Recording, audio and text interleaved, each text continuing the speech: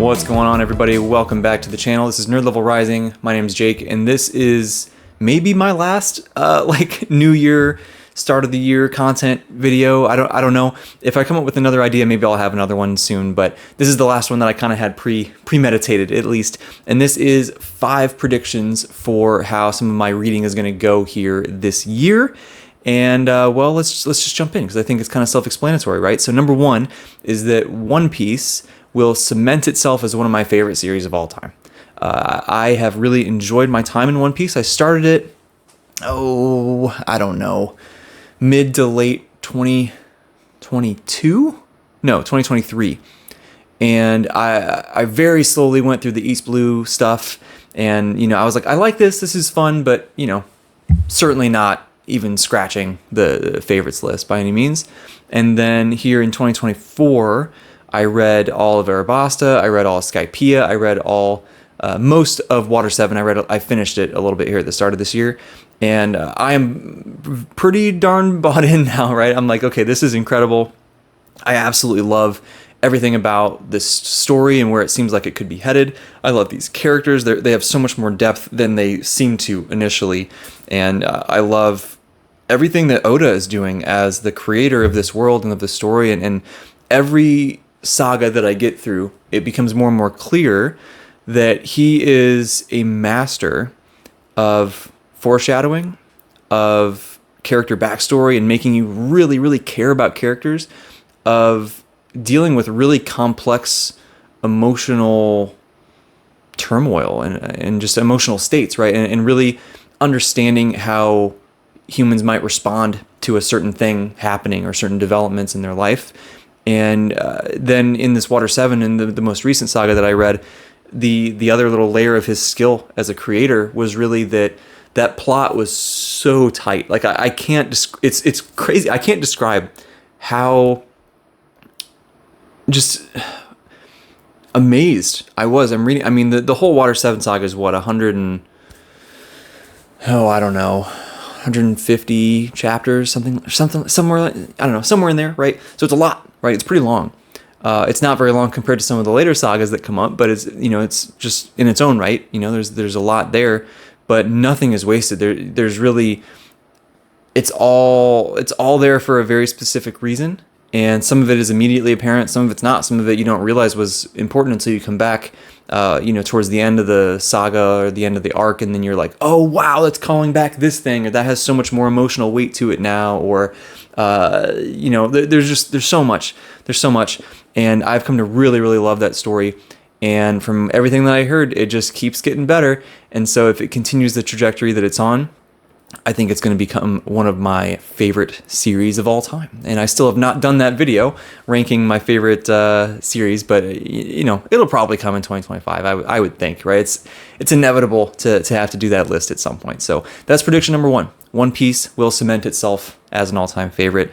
Number 2, and I think that this is maybe just, I don't know, I feel very confident about this, but at the same time, it maybe feels like a bold statement, and that is the Wars of Light and Shadow will become a top 5 all-time favorite.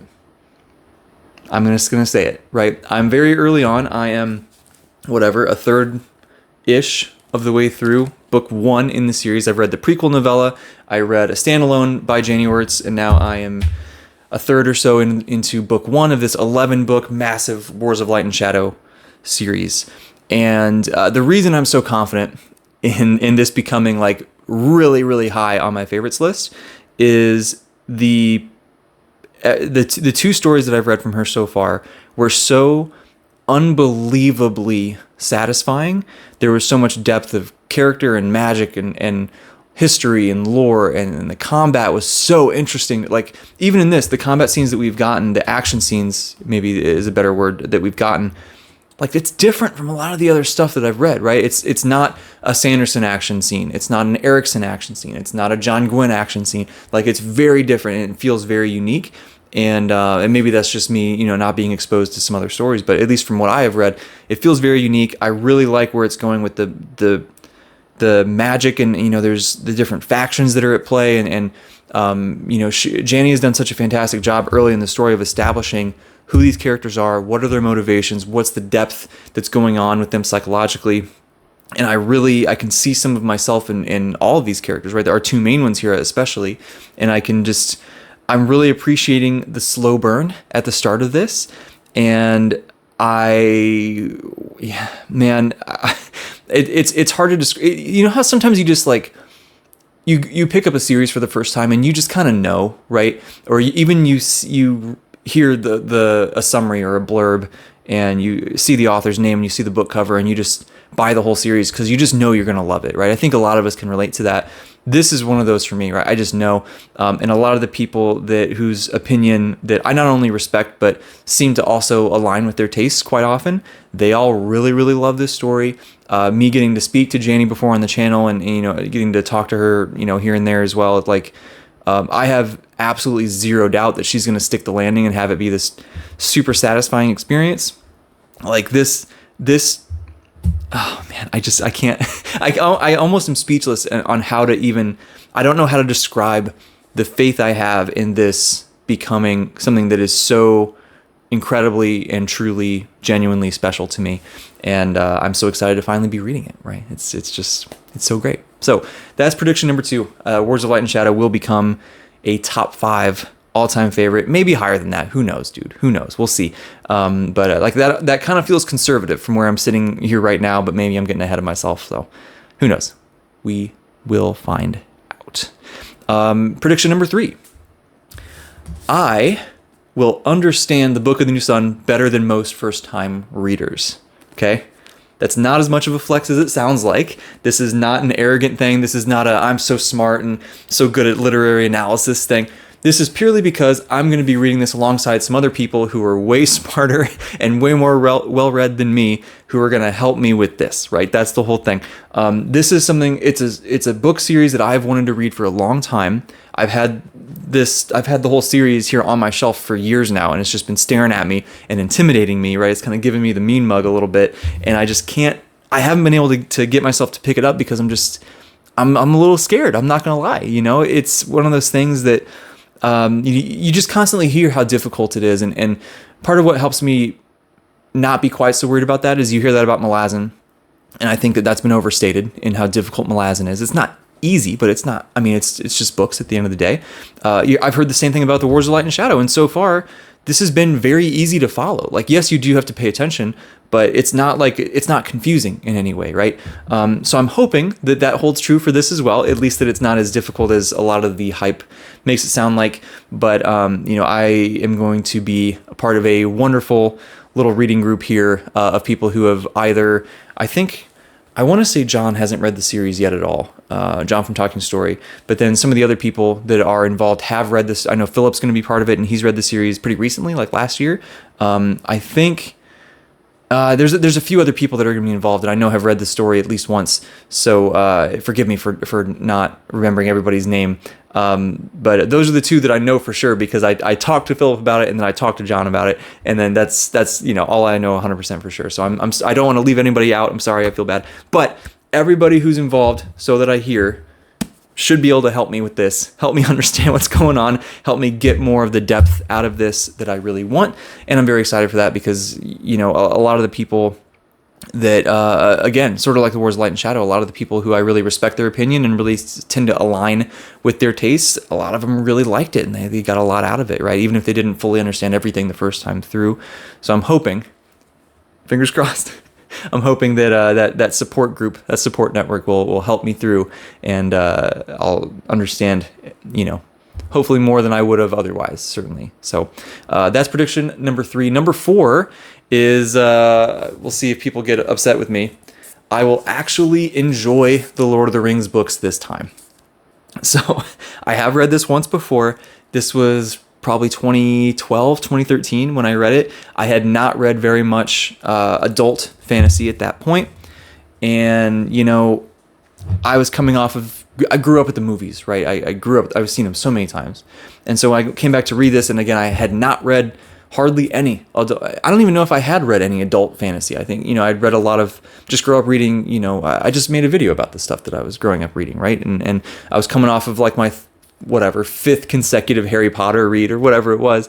And I wanted to try these because I love the movie so much. And they just were, I was like, the style just feels kind of off-putting and like, just like, this is weird, you know? And, but now I do really want to reread this year. And I think now that I've become much more, I've read, you know, the stuff behind me, right? So I'm certainly not the most well-read person out there, but I've read a lot more than I did at that point. And I think that I will get much more out of this. I think that I will appreciate it much more. And I think that I will enjoy it much more, even just on that surface level enjoyment stuff, right? I think I'll get just a ton out of it. And we'll see. You know, I still maintain that I like the movies better than the books. And we'll see if that holds true after a reread. My guess is that I might shift my perspective, right? That's sort of my guess. But we shall see. We shall see. And my final prediction. I'm holding up Just Quiet Gods because obviously I don't have Shadows Upon Time yet because it is not complete and it's not released. But my prediction here, number 5, is Shadows Upon Time will have a really difficult run for its money for my book of the year in 2025. And I know this is a bit this is the second year in a row that I'm going into it being a bit presumptuous that this year I knew Wind and Truth was coming out and I was like, that's probably going to be my book of the year, right? Even with the flaws, even with all the stuff, right? Go watch our spoiler discussion if you want to hear us talk about those. Even with all that, it was still the book of the year for me, right? Like I still loved it. Here, this year, I know Shadows Upon Time is coming out, Sun Eater Book 7, right? If you're not aware of the finale of the series. This series is an all-time favorite for me. I've read everything except Just Quiet Gods so far, and I have no doubt in my mind that that book is going to be incredible, and it's in my early favorite for what my book of the year is probably going to be.